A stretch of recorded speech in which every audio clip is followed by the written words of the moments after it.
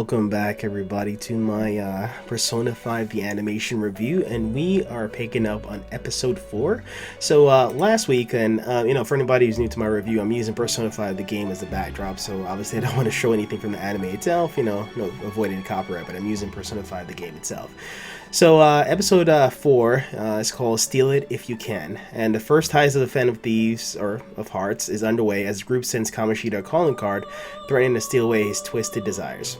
Ren and the gang begin prepping for their I wonder why I didn't use preparing instead of prepping, but yeah, it's kind of the same thing. But it begins prepping for their dangerous delve into the cognitive world, and encounter a couple potential allies in the process. And the interesting part about, I'll get to that in a little bit, but there's two allies they meet. Will they be successful in taking a terrible King Kamoshida's precious treasure? So overall, a great episode. Not really expecting any bad episode because we all know the plot from the game. A couple of highlights, of course, was the Easter egg of you meeting Dr. Takima and the gun shop owner, Iwa, I think is how you say it. But anybody who's watching my playthrough of Persona 5 knows that Dr. Takima is definitely like one of my favorite. Just her character and the animation, how to draw. She's like a really super sexy hot doctor, but it's also dangerous and mysterious in the same way. So imagine if like Catwoman was like your doctor. Is kind of what I look at her as. So she's actually one of my favorite confidants in the game to make Ren's girlfriend.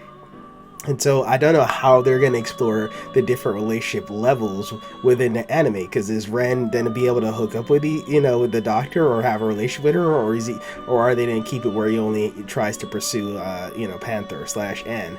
So I'm just kind of really curious to what level of depth they're going to apply towards the different relationship. But the good thing is that they kept the introduction for Dr. Takima and Iwa very short, prefacing, of course, there's more to come. So you can kind of tell that there's plenty more. Same way how they did with, your homeschool, homeroom teacher, Kawakami, if I'm saying that correctly, or Becky the maid, if you want to call her that. But I like the scene for the calling card. Kamoshida's voice is really deep. I'm not sure who's speaking for him, but he's definitely have that really gruffy voice. And not that it shouldn't be deep, but it's like more deep than it needs to be, I think. Overall, I like that aspect of when they were preparing and prepping to infiltrate the castle. It was really cool seeing that when they got into the castle, they actually interrogated a shadow and it turned into Pixie. And because Pixie is just a cognitive presence within the world that could be bent to the will of whichever user, she chose to actually become a new persona for Ren, which of course, a human having the ability to use multiple persona is rare, so Morgana takes note of that. But it was funny when they finally got to Kamoshida, and Kamoshida fighting was pretty nice. I mean, again, this is an anime, so it's tethered to a game, so you can't expect the fight scenes to be like Dragon Ball Z or even Naruto level. It's designed around the person's cognitive distortion, and it's based on like real world, so don't expect in like Kamehameha or ninjutsu stuff. But for the most part, you will notice that each of the distortions have attacks related to their personality. Like Kamoshida, he's a volleyball teacher, so his most powerful attack is a volleyball spike, so that's something to keep in mind. In addition, as the Joker, Panther, Skull, and Mona get more acclimated at their levels, they will actually increase and improve upon their attacks, as you'll see later on in the game. So I'm really curious to see how to do that. One part that did happen though, his Kamoshida kill shot, when he did that, apparently it was really powerful to the point that it knocked out Ren or / Joker, and that prompted him to have a discussion with Igor in his brain, and as a result he fused Arsene and the Pixie persona that he just picked up into a new persona, and he was able to use that persona to create an opening for Skull to steal Kamoshida's treasure. So again, very similar to the game itself, which is really good introduction. So it's following the game beat by beat. I haven't seen too much. The only deviation I've seen so far is that instead of them all coming up with nicknames for Joker at the beginning, they actually saved the introduction for his codename to the end of the series, which I like how they did that. So and I think I'm remembering that correctly, where they saved it to the end of the the end of actually defeating Kamoshida. So that was actually a good part in how they did that. So they're kind of moving things around to kind of keep the pacing a little fresh. Highlight, I think, for me was Anne's speech after they defeated Kamoshida. That was a really good speech, and whoever the voice actress is for Anne, really like how she was able to switch from like a girly, like, you know, talk to like a very serious, like mature, you know, in-depth talk and scolding Kamoshida for taking advantage of his power and how his students felt bad and suffered under what he did, and he didn't really care about them. And so it was really good that, you know, she really laid it into him, like verbally, like, you know, all the bad stuff he's done, because literally he's abusing his popularity and his influence to have, you know, to sexually abuse high school females, high school, you know, women, or girls, should I say, not women, you know. So he's sexually abusing the female students, and then he's physically abusing the male students, like having them like work extra hard, or, you know, run indefinite amount of sprints, things like that. So he's like, you know, he's abusing them both sides. He's psychologically abusing both male and female. So, you know, while, you know, but the overall premise is that he's physically, emotionally, and sexually abusing all his students.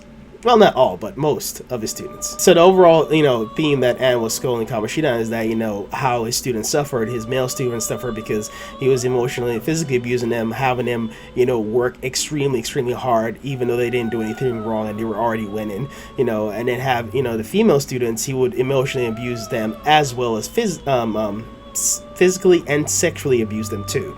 So it was worse for the female students than the male, because there was the sexual factor in that. So it was really good that Anne brought it up. And of course, this stole his heart, and then he got out. And then shortly after that, it switched to the assembly hall scene where Kamoshida, after having his heart stolen, comes in and confesses everything.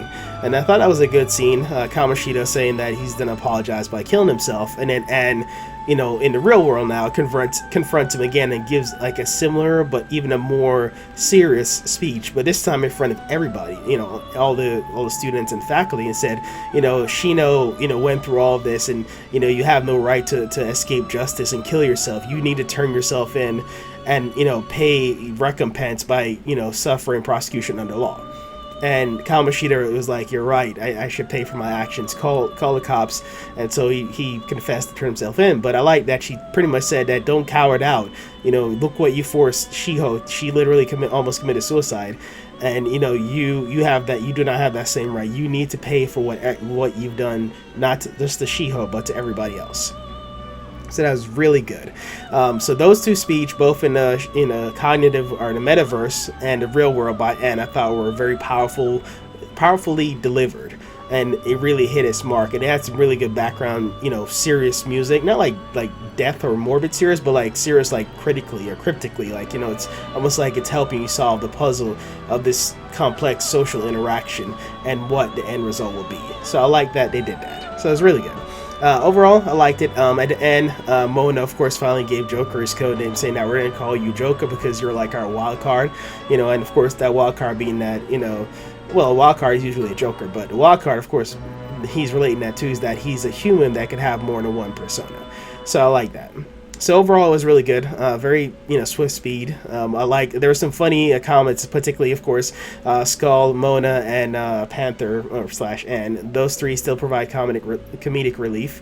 I'm curious to see how to develop Ren as a character.